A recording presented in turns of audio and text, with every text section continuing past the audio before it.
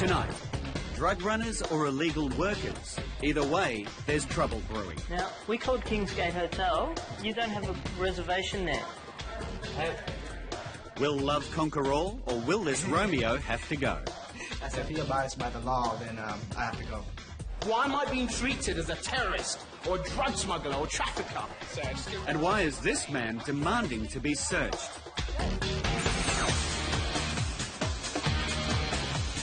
Before you even touch down on Australian soil, Customs will know a few things about you. They'll know who you are, where you are coming from, and when you bought your ticket. And while that might not seem like a lot of information to you or me, it's a goldmine for Customs. And more than enough to start an investigation.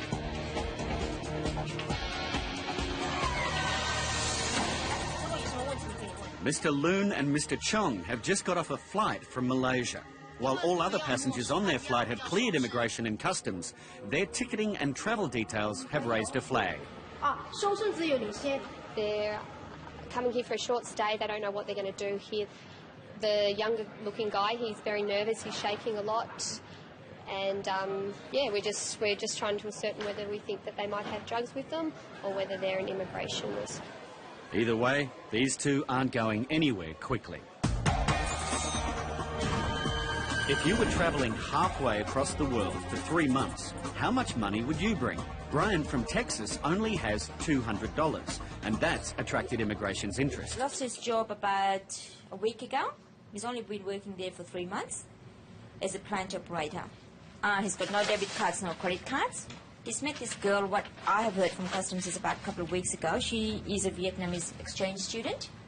Brian says he's fallen head over heels with a woman he met on the internet. He's never seen her in person before, and whether he will today is up to Ken in immigration. Brian, is it? Yeah, come in, Brian. I want to have a word with you. There's a teddy bear for you, for your girlfriend. Just in there. Just come in the office here. Teddy will be okay.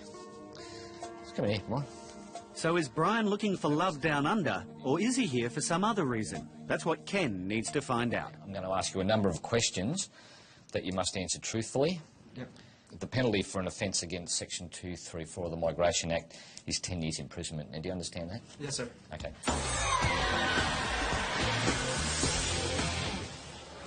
I just received a call from the customs duty manager. He's reported a live bird flying around the customs clearance area. We have a bit of a concern with live birds, purely for the reason of the avian influenza risk and also a Newcastle disease risk. They're both diseases of birds and poultry. I have a feeling that this bird is a domestic bird. We've been told it's flown in from outside, so that risk is lower, but we still need to try and catch it and remove it from the sterile area. I can actually see it right now, over. There's the elusive little pest. I feel a quote coming on, but I can't say it. An Elmer Fudd quote. Yeah, he's pretty elusive.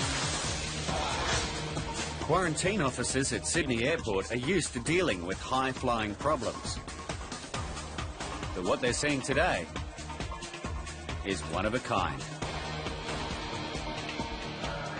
All in a day's work. I have a relationship with my friend. I met her through the internet. Over in immigration, Officer Ken is trying to work out Brian's reasons for coming to Australia. Your girlfriend, let's call her Aunt. What do you call her? Hania. Hania. Nickname. Or Honey. Pet names. Yeah, okay. Or Go Muay Tiger. That's our what? Go Muay Tiger. That means 10 tiger lady. That's just my nickname to her. Okay. If Brian's only here for love, he's packed some unusual items. Information so far we've got is his forms in regards to his citizenship in America, his graduation certificate.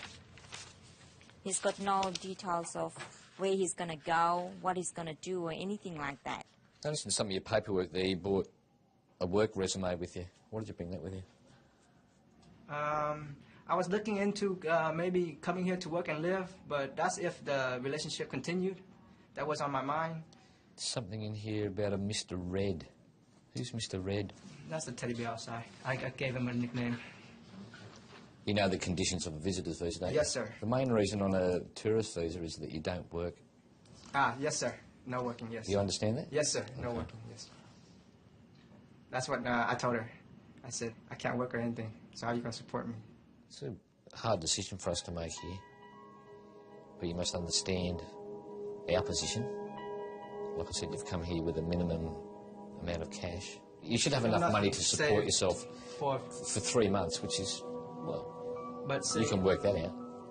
$200 won't get Brian past day one in Sydney, and relying on his cyber girlfriend for the rest of his stay is a big call.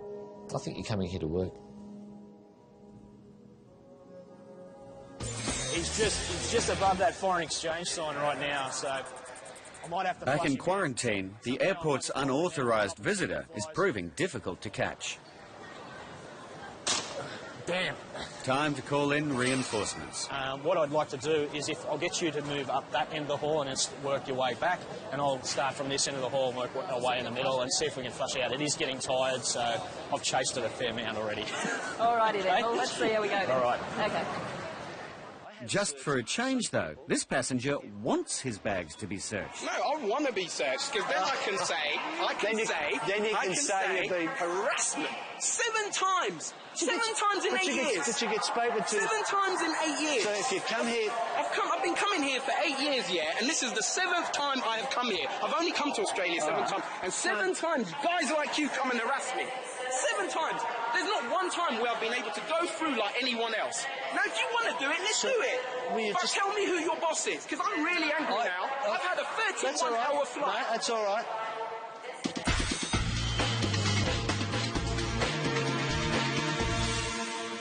I think you're coming here to work.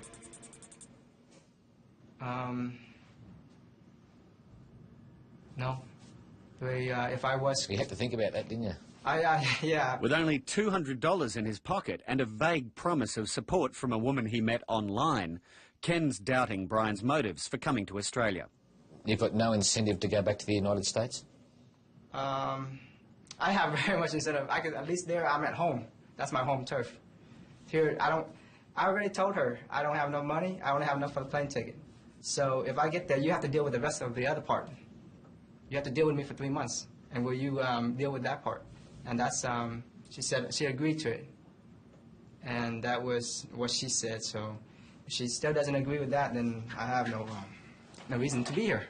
While Brian pleads his case to Ken, immigration manager Sarul calls his cyber love to check out his story. And I said, are you going to be supporting him? She said, well, I don't know.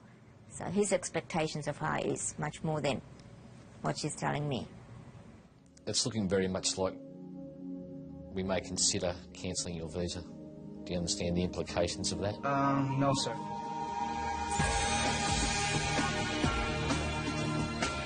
Back in Sydney, anger has reached boiling point. No, 7 times I've been kept passports, I've been asked where I'm from. Then So I've been do that told, on every the last flight. 3 times I've been told that people from where I'm from in the world are troublemakers. You get a lot of hassle. I've been told that. Why should I accept that? Why should I accept being labelled? At this point, spots the border security cameras. I'll tell you the story. I've come here 7 times in 8 years. My wife is Australian. I always come here for 3 weeks or a month. I resent being told every time I come here that we get a lot of hassle from people from West African origin. I am a British citizen. Yes, I was born in West Africa. Why should I be harassed by folks like that every time I come to Australia? Shame on you, Australia. So what will you do in Australia now for 7 days? Oh, no, today. Go hotel. Go to hotel and sleep? Is this your friend's first time to Australia as well? Mr. Loon and Mr. Chong have told Customs they're businessmen here for a week's vacation. As Customs digs deeper, this story is becoming more and more unlikely. Bank account? Yeah. Your bank account No, or family bank account details, yes? Small details tell Customs a great deal about a passenger. My guy's got about $1,000 in cash. He's got no credit cards or anything, but he does have the bank account details of the family in Penang.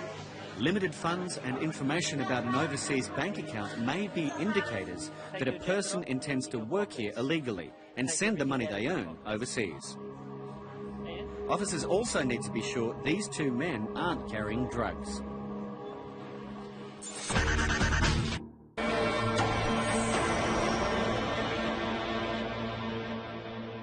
Is there any way I can plead my case? To stay here? In Sydney, Ken's still deciding whether to let Brian into the country. Ask away. For the time frame of 3 months of what I do to be here, then it's just to spend my time with her. She'll be going to work and I'll be staying home, wherever she has set up the place for me to stay. In order to gather as much information as possible, Ken will talk to the woman Brian has come to meet. Are you and Brian girlfriend and boyfriend? Did you ask him to come to Australia? No, I asked him if he wants to travel to see Sydney. He really wants to see you. So, I don't know what happened. So you'd look after him while he's here. But he doesn't know anyone else. You want him to come in here, don't you? You want to see him, don't you? Yeah. I'm waiting for his decision and I'm trying to prepare myself if he says I got to go home. I'm thinking, please don't let me see her. So if they let me see her, then I'll probably even miss her more. So better just not let me see her. Meanwhile, over in quarantine, officers Andrew and Cecilia are still chasing a lost bird. At this stage, they're not sure where the bird has come from. If it's stowed away on an incoming aircraft, the concern is that it might be carrying disease. I think I can see it under there. Keep him into that alcove. Keep him into that alcove. Oh. Almost got him. You see it anywhere? It's over there.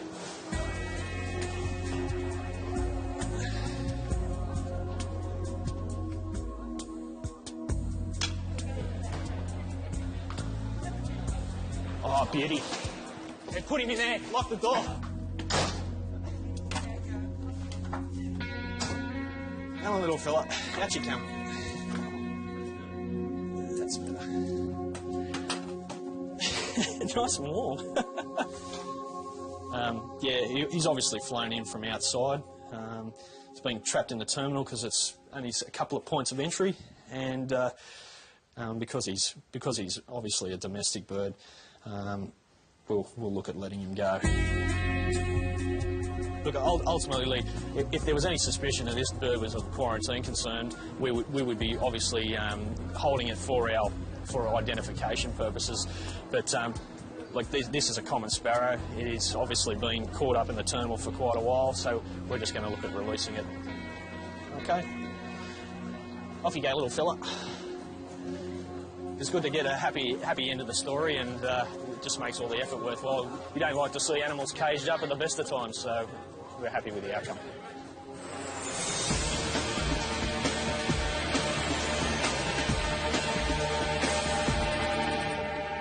We're just having a gentleman frisked, conducting a frisk search to make sure that he hasn't got anything concealed on his body. We're just a little bit worried that he may be carrying narcotics somewhere on his body. Okay, and now your other one? Yep, that's fine. Thank you. No narcotics on Mr. Chong, but Mr. Loon has indicated he would rather be frisked in a private room. This officer is going to do the frisk, okay? Okay, everything's ready to go? Everything's ready to go. Lucia's out here if you need her, okay? Well, at the moment, they don't appear to have anything on them. Well, we'll see, obviously, once this frisk is done. So the only other place that it could be was inside their stomach. The other guy said he hasn't eaten anything since he's got on the plane, so that's another sign. But we'll ascertain whether we decide to refer them, and then we'll call the Federal Police and see if they're interested in having a further chat to them. Back in Sydney, is trying to make a point about the way he feels customs do their job. I've asked the gentleman and his wife, was I rude to them? He hasn't been rude. He hasn't been rude. It's not about this man here. Okay. It's not about. It's about your institution now. Okay. It's institutionally racist against people like me. Okay. Not about you. Not about you. It's about the system. So look out for people from West Africa. People from West Africa happen to have one thing in common. They're all black. We're getting a form called complaints and compliments. On that Last time I was given that form, I asked Yeah. someone in your position, I said, if I fill that out, what will happen? And he turned around to me and said, probably nothing. For me, I would never say that. And I said, there you go, wasting my time again. Something does happen. Look, I can't say for what his thought processes were, but something does happen. It's immediately referred to a specific complaints area that have to respond to you within a given time, in response to what you say. Are they going to stop this wanton targeting of me every time I step on your fair island?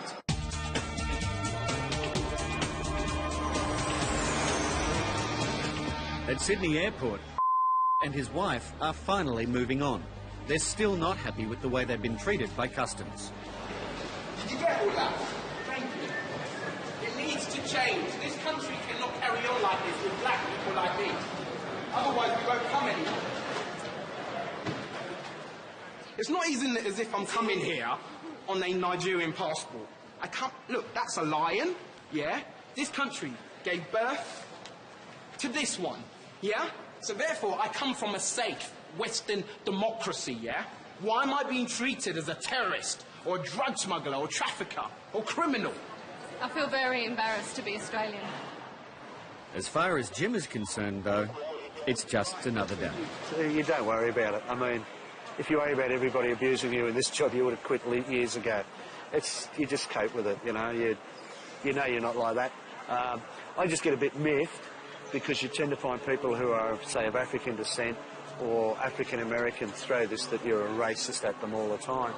And you're not. He just made a rod for himself. It was just like he was just making a big show. I don't know whether for her or just for his own benefit, you know. If you don't mind, excuse me, I've got to go and calm down, hire a car and go and enjoy my holiday. Now, we called Kingsgate Hotel. You don't have a reservation there. You don't have a booking. Booking? Yeah, at Kingsgate Hotel. Have? No. Yeah? No, they say you don't. Back in Melbourne, the frisk on Mr. Loon came up negative. But a detailed examination of their ticketing has revealed some interesting facts and a wider problem than first thought. We linked them to two other people off the flight that are also with immigration. So it looks like we've missed the drugs and we've stopped a couple of people from coming into the country illegally to work. In the end, it came down to good investigative work and finding the discrepancies in their stories. First of all, they stated they had a booking at the Kingsgate Hotel, and we called the hotel and there was no booking there. Okay, and then secondly, we split the two passengers up so we could get different stories from them, and there were holes in the stories. One said they know each other from working in the construction industry, one said knowing each other from the gold jewellery design industry, so there were a few holes there. And also they said they didn't know each other or the other two passengers. There was a group of 4 of them. Comparing their tickets, we found that all 4 were actually linked. We look at all sorts of documents. We go through everything. Find tooth comb, we'll find it. The documents are there, indicators are there, we'll find them. Investigations showed that these men were here to work illegally. For falsely declaring their intentions, both men were sent back home. The men are subject to a 3-year exclusion period from re-entering Australia.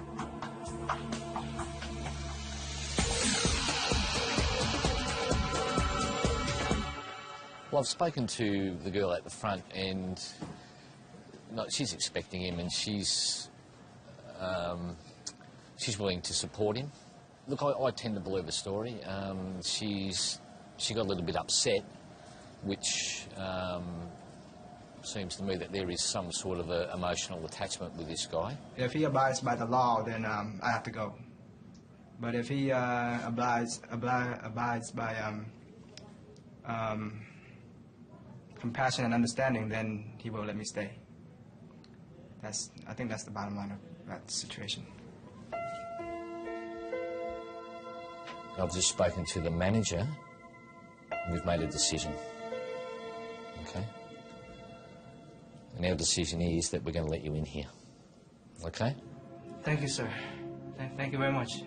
Brian and Mr. Red's immediate future is settled. They're officially here for a holiday. I'm very excited. I may not show it, but I am. A little bit scared, but I think I'll be all right. As for any long-term romance, It seems that is completely up to fate.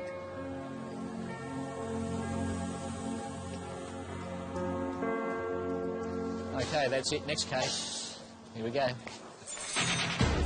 Next week on Border Security.